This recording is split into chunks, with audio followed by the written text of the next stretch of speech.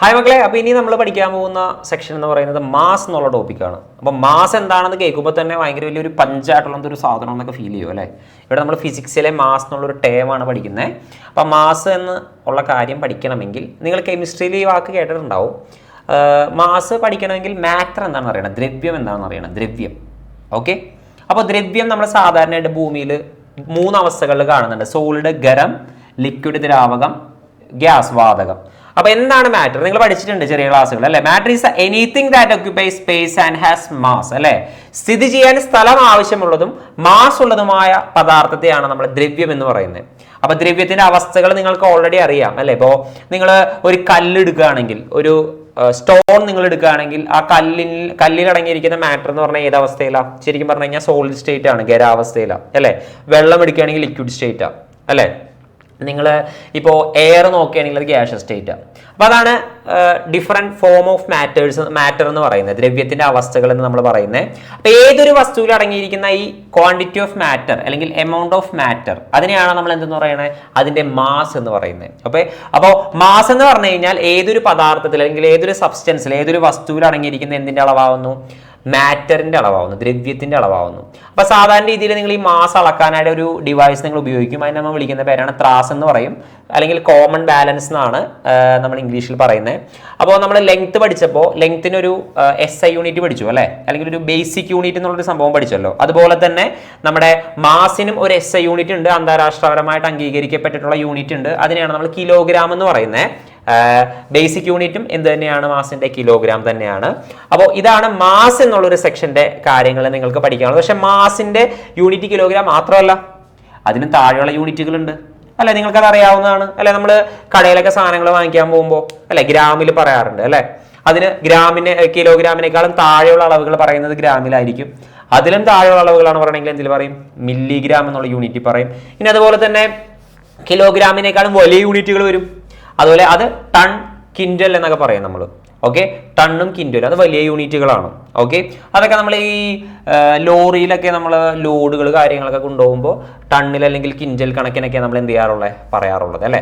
Okay, അപ്പോൾ ആ കാര്യങ്ങൾ, അപ്പോൾ അത്രയും കാര്യങ്ങളാണ് നിങ്ങളിപ്പോൾ ഇവിടെ കൃത്യമായിട്ട് അറിഞ്ഞിരിക്കേണ്ടത് മാസുമായി ബന്ധപ്പെട്ടത്. ഇനി മാസിനെ കുറിച്ച് നിങ്ങൾ പഠിക്കുമ്പോൾ മാസിന്റെ യൂണിറ്റ് കൺവേർഷൻസ് കൃത്യമായിട്ട് നിങ്ങളൊന്ന് അറിഞ്ഞിരിക്കണം. അപ്പോൾ നേരത്തെ ഞാൻ ലെങ്ത്തിൽ പറഞ്ഞതുപോലെ തന്നെ മാസിന്റെ യൂണിറ്റ് കൺവേർഷൻസും നിങ്ങൾക്ക് ഞാൻ ജസ്റ്റ് ഒന്ന് കാണിക്കാം. ഇവിടെ നിങ്ങൾ മെയിനായിട്ട് അറിഞ്ഞിരിക്കേണ്ടത് ഇതൊന്ന് കൃത്യമായിട്ട് അറിയാം.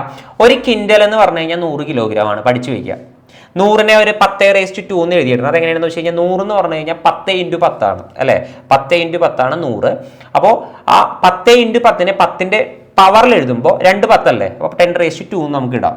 ഇനി ഒരു ടൺ എന്ന് പറഞ്ഞാൽ കിലോഗ്രാമിലേക്ക് കൺവേർട്ട് ചെയ്യുമ്പോൾ 1000 കിലോഗ്രാം ആണ്. ഇതെങ്ങനെ 1000 എന്ന് കിട്ടിയെന്ന് വെച്ചാൽ നിങ്ങൾ പറയേണ്ടത് അതേ ഒരാൾ വന്നിട്ടുണ്ട് അല്ലേ. 1000 എന്ന് പറയുമ്പോൾ അത് പറയേണ്ടത് 1000നെ നമുക്ക് എങ്ങനെ എഴുതാം? 10×10×10 എന്ന് എഴുതാം. അതാണ് 1000 അല്ലെ. 10ന്റെ പവറിൽ എഴുതുമ്പോൾ എന്ത് വരും? 10⁻³ കിലോഗ്രാം വരും. ഇനി ബാക്കിയുള്ള യൂണിറ്റുകളൊക്കെ ഇവിടെ കിലോഗ്രാമിലേക്ക് കൺവേർട്ട് ചെയ്തിട്ടുണ്ട്. ഇവിടെ എല്ലാത്തിനെയും കിലോഗ്രാമിലേക്ക് എന്തിനാ കൺവേർട്ട് ചെയ്തതെന്ന് ചോദിച്ചു കഴിഞ്ഞാൽ കിലോഗ്രാം എന്ന് പറഞ്ഞു കഴിഞ്ഞാൽ മാസിന്റെ SI യൂണിറ്റ് ആണ്. അതുകൊണ്ടാണ് എല്ലാത്തിനെയും കിലോഗ്രാമിലേക്ക് തന്നെ കൺവേർട്ട് ചെയ്തിരിക്കുന്നത്. അപ്പോൾ സാറേ ഇതൊന്ന് ചേഞ്ച് ചെയ്യാൻ നമുക്ക് ഒരു എളുപ്പവഴി പഠിപ്പിച്ചു കൊടുക്കാം അല്ലേ, യൂണിറ്റുകളെ കൺവേർട്ട് ചെയ്യാൻ. അതിനായിട്ട് നേരത്തെ എഴുതിയ പോലത്തെ ഒരു സാധനം ഞാൻ എഴുതാൻ പോവാണ്. അത് എഴുതി നിങ്ങളൊന്ന് ശ്രദ്ധിച്ചോളൂ. ഞാനിപ്പോൾ എഴുതാൻ പോകുന്നത് ഗ്രാം, കിലോഗ്രാം, ഇത്രയും കാര്യങ്ങളൊന്ന് ചിന്തിക്കുക. മില്ലിഗ്രാം, ഗ്രാം, കിലോഗ്രാം നേരത്തെ എഴുതിയപോലെ ഞാൻ എഴുതി. ഇതാണ് ചെറിയ യൂണിറ്റ് ആണ്. അതിലും കുറച്ചും കൂടി വലുതാണ് ഗ്രാം, അതിലും വലുതാണ് കിലോഗ്രാം അല്ല. നിങ്ങൾക്കറിയാം. ഇതിൻ്റെ ഇടയിൽ ഞാൻ 1000 എഴുതാൻ പോവാം. അപ്പോൾ നിങ്ങൾ വിചാരിക്കും രണ്ടിൻ്റെ ഇടയിൽ എന്തുകൊണ്ട് 1000 എഴുതിയെന്ന്. അത് വേറെ ഒന്നുമല്ല. 1 ഗ്രാം എന്ന് പറഞ്ഞു കഴിഞ്ഞാൽ 1000 മില്ലിഗ്രാമാണ്.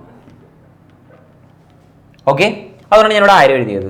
ഇനി ഇവിടെ 1000 എഴുതാനുള്ള കാര്യം എന്താണെന്ന് വെച്ച് കഴിഞ്ഞാൽ 1 കിലോഗ്രാം എന്ന് പറഞ്ഞു കഴിഞ്ഞാൽ 1000 ഗ്രാമാണ്. അപ്പോൾ നിങ്ങൾക്ക് സംശയമുള്ളത് എങ്ങനെ കിട്ടി? നമുക്ക് നോക്കാം. നേരത്തെ പഠിച്ച സെയിം നിയമം തന്നെ. വലിയ യൂണിറ്റിനെ ചെറുതിലേക്ക് മാറണമെങ്കിൽ ഗുണിക്കണം, ചെറിയ യൂണിറ്റിനെ വലുതിലേക്ക് മാറണമെങ്കിൽ എന്ത് ചെയ്യണം?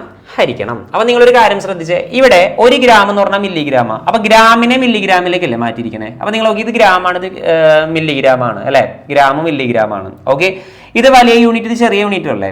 വലുതിനെ ചെറുതിലേക്ക് മാറ്റുമ്പോൾ നിങ്ങൾക്കറിയാം ഗുണിക്കണം എന്നറിയാം. ഇവിടെ എത്രയാണ് ഗുണിക്കേണ്ടത്? 1നെ ഗുണിക്കണം അല്ലേ. 1നെ ഗുണിച്ചു. 1നെ ഗുണിക്കുമ്പോൾ എത്ര കൊണ്ട് ഗുണിക്കണം? അപ്പം നിങ്ങളോട് നോക്കേണ്ടത് ഗ്രാമിന്റെയും മില്ലിഗ്രാമിന്റെ ഇടയിലുള്ള സംഖ്യ നോക്കുക. ഗ്രാമും മില്ലിഗ്രാം ഇടയിലുള്ള സംഖ്യ 100 അല്ലേ, 1000 അല്ലേ. അപ്പോൾ 1000 കൊണ്ട് ഗുണിക്കണം. അങ്ങനെ 1,1000 കൊണ്ട് ഗുണിക്കുമ്പോഴാണ് ഇവിടെ എന്ത് പറഞ്ഞത് 1000 മില്ലിഗ്രാം എന്ന് വരുന്നത്. ഓക്കെ, തൊട്ട് താഴെയുള്ളത് നോക്കിയേ, 1 കിലോഗ്രാം എന്ന് പറഞ്ഞാൽ 1000 ഗ്രാം ആണ്. ഇവിടെ ഞാൻ വലിയ യൂണിറ്റിനെ ചെറുതിലേക്കാണ് മാറ്റിയത്. ഗുണിക്കുകയാണ് ചെയ്യേണ്ടത് അല്ലെ, ഗുണിക്കുകയാണ് ചെയ്യേണ്ടത്. എന്തിനെ ഗുണിക്കണം? 1നെ വേണം ഗുണിക്കാൻ. 1 ഇവിടെ കിടക്കണേ, 1നെ ഗുണിക്കണം. എത്ര കൊണ്ട് ഗുണിക്കണം? ദേ കിടക്കുന്നു കിലോഗ്രാം, ദേ കിടക്കുന്നു ഗ്രാം. കിലോഗ്രാമിന്റെ ഗ്രാമിന്റെ ഇടയിലുള്ള എത്രയാണ്? 1000 ആണ്. അപ്പൊ 1നെ 1000 കൊണ്ട് ഗുണിക്കണം. അപ്പോഴെത്ര തന്നെ കിട്ടും? 1000 ഗ്രാം എന്ന് കിട്ടും. അപ്പൊ ഇവിടെ ഞാൻ ചെയ്ത ഈ രണ്ട് സംഭവത്തിൽ ഞാൻ ചെയ്ത കാര്യം എന്താ? വലിയ യൂണിറ്റിനെ എന്തിലേക്ക് മാറ്റി? ചെറുതിലേക്ക് മാറ്റി. ഇനി തിരിച്ചൊന്ന് ചിന്തിച്ചു നോക്കിയേ, ചെറുതിനൊന്ന് വലുതിലേക്ക് മാറ്റി നോക്കിയേ. ഇതേ സെയിം സംഭവം തന്നെ. എനിക്കിപ്പോ 1000 ഗ്രാമിനെ കിലോഗ്രാമിലേക്ക് കൺവേർട്ട് ചെയ്യണം. 1000 ഗ്രാമിനെ കിലോഗ്രാമിലേക്ക് കൺവേർട്ട് ചെയ്യണം. എങ്ങനെ കൺവേർട്ട് ചെയ്യും ഒന്ന് നോക്കിയേ. ഇത് 1000, ഇത് ഗ്രാമാണ്, ഗ്രാമിനെ കിലോഗ്രാമിലേക്കാണ് മാറ്റേണ്ടത്. ദേ കിടക്കുന്നു ഗ്രാം, ദേ കിടക്കുന്നു കിലോഗ്രാം. ഇവിടെ ഞാൻ ചെയ്തത് ചെറുതിനെ വലുതിലേക്കാണ് മാറ്റിയത്. ചെറിയ യൂണിറ്റിനെ വലുതിലേക്ക് മാറ്റുമ്പോൾ ഹരിക്കുകയാണ് വേണ്ടത് അല്ലെ, ഡിവിഷനാണ് ചെയ്യേണ്ടത്. എത്രയാണ് ഹരിക്കേണ്ടത്? 1000നെ ഹരിക്കണം. എത്ര കൊണ്ട് ഹരിക്കണം?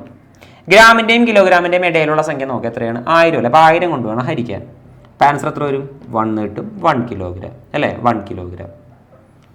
അങ്ങനെയാണെങ്കിൽ ഇവിടെ ഒന്ന് നമുക്കൊന്ന് നോക്കിയാലോ. ഇവിടെ ഒന്ന് നോക്കിയാലോ. എനിക്ക് 1000 മില്ലിഗ്രാമിനെ എനിക്ക് ഗ്രാമിലേക്ക് ഒന്ന് കൺവേർട്ട് ചെയ്യണം. 1000 മില്ലിഗ്രാമിനെ ഗ്രാമിലേക്ക് ഒന്ന് കൺവേർട്ട് ചെയ്യണം. എങ്ങനെ എനിക്ക് കൺവേർട്ട് ചെയ്യാനായിട്ട് സാധിക്കും എന്നുള്ളതാണ്. നമുക്കൊന്ന് നോക്കിയാലോ. ഇവിടെ മില്ലിഗ്രാമിനെ ഗ്രാമിലേക്കല്ലേ മാറ്റിയത്. ദേ കിടക്കുന്നു മില്ലിഗ്രാം, ദേ കിടക്കുന്നു ഗ്രാം. ഈ മില്ലിഗ്രാമിന്റെയും ഗ്രാമിന്റെയും ഇടയിലുള്ള സംഖ്യ എത്രയാണ്? 1000 ആണ് അല്ലെ. ഇത് ചെറിയ യൂണിറ്റ് ആണ്, ഇത് വലിയ യൂണിറ്റ് ആണ്. അപ്പൊ ചെറുതിനെ വലുതിലേക്കാണ് വീണ്ടും മാറ്റേണ്ടത്. അപ്പോഴും ഹരിക്കണം. എത്ര കൊണ്ട് ഹരിക്കണം? 1000 കൊണ്ട് വേണം ഹരിക്കാൻ. 1000 കൊണ്ട് ഹരിക്കണം. 1000 കൊണ്ട് ഹരിക്കുമ്പോൾ നിങ്ങൾ ശ്രദ്ധിക്കേണ്ട കാര്യം, 1000ന് വേണം ഹരിക്കാൻ, എത്ര കൊണ്ട് ഹരിക്കണം? മില്ലിഗ്രാമിന്റെ ഗ്രാമിന്റെ ഇടയിലുള്ള സംഖ്യ നോക്കി 1000 അല്ലേ. അപ്പോൾ ചെറിയ യൂണിറ്റിനെ വലുതിലേക്ക് മാറ്റിയതുകൊണ്ടാണല്ലോ ഞാൻ എന്ത് ചെയ്തത്? ഹരിച്ചത്. ഇവിടെയും 1000 കൊണ്ട് ഹരിക്കുന്നു. ആൻസർ എത്ര വരുന്നു? ആൻസർ 1 ഗ്രാം എന്ന് വരുന്നു. ഓക്കെ, അപ്പോൾ നിങ്ങൾക്ക് മനസ്സിലായെന്നായിരിക്കും. അപ്പോൾ നമുക്കൊരു പുറത്തുനിന്ന് ഒരു സാധനം ചെയ്ത് നോക്കിയാലോ. അങ്ങനെയാണെങ്കിൽ പരീക്ഷയ്ക്ക് ചോദ്യം ചോദിക്കുകയാണ്, 5 കിലോഗ്രാം എന്ന് പറഞ്ഞു കഴിഞ്ഞാൽ എത്ര ഗ്രാമാണ്? 5 കിലോഗ്രാം എന്ന് പറഞ്ഞാൽ എത്ര ഗ്രാമാണ്? ഇതിനെങ്ങനെ കൺവേർട്ട് ചെയ്യാൻ പറ്റും? നോക്കിയേ, കിലോഗ്രാം ദേ കിടക്കുന്നു, ഗ്രാം ദേ കിടക്കുന്നു, ശരിയല്ലേ?